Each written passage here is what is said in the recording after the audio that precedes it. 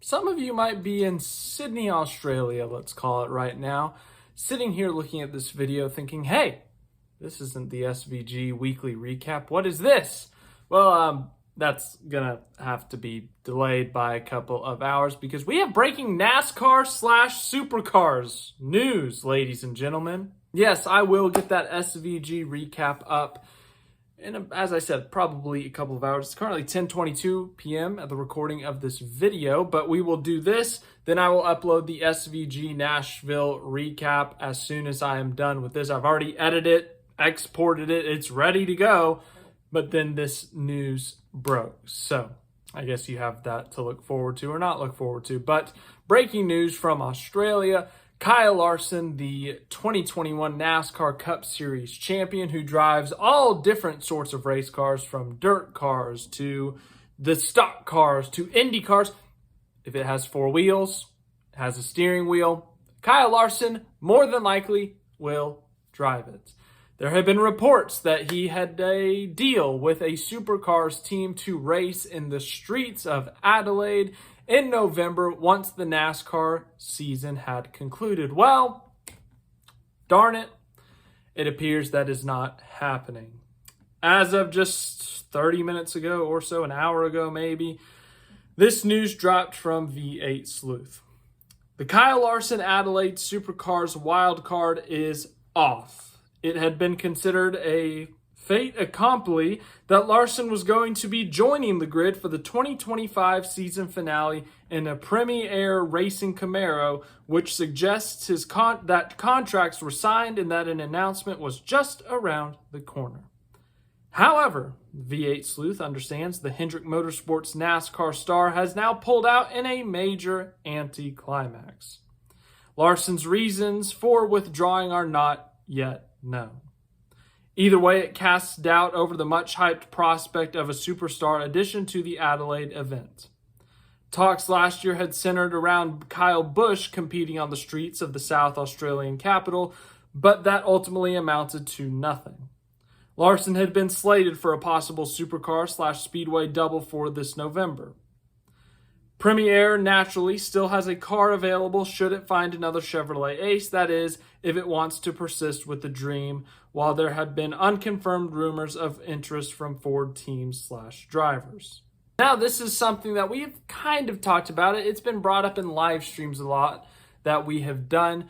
But Kyle Larson, obviously one of the biggest talents in NASCAR right now. He already has 3 wins in the Cup Series this season. He has won at Homestead, Bristol, and Kansas.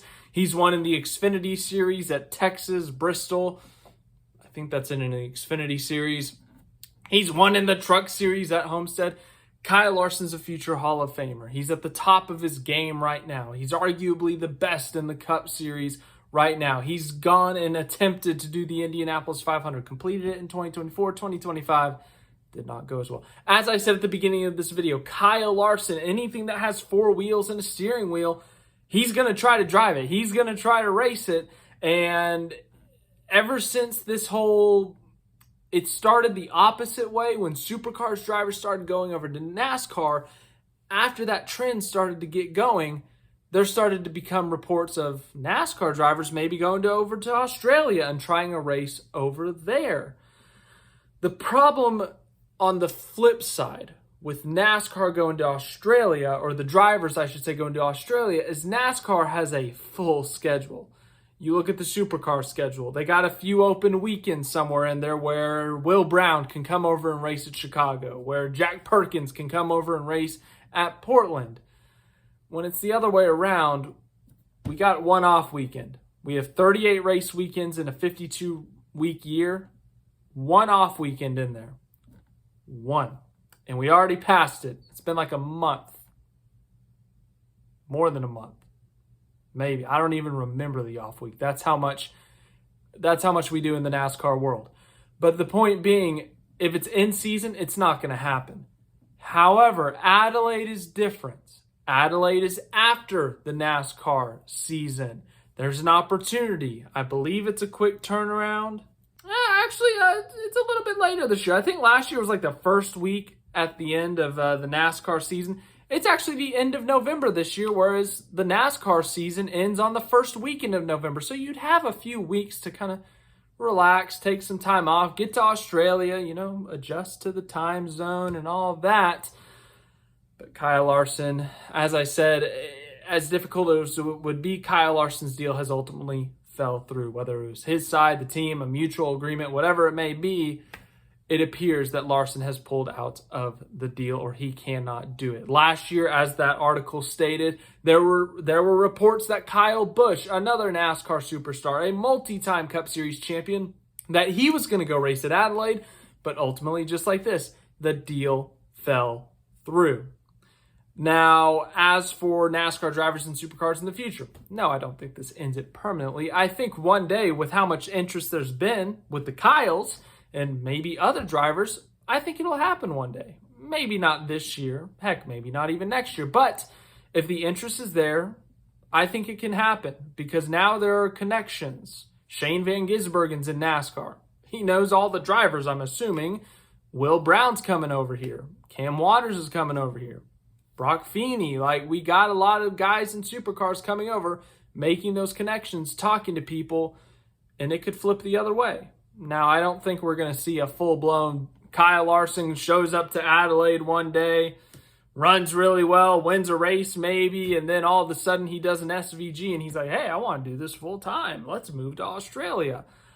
I don't think we're going to quite see that, but we could see the wild card entry, as they call it in supercars, show up with a NASCAR driver in it one day. Now, once again, not really sure what the details are.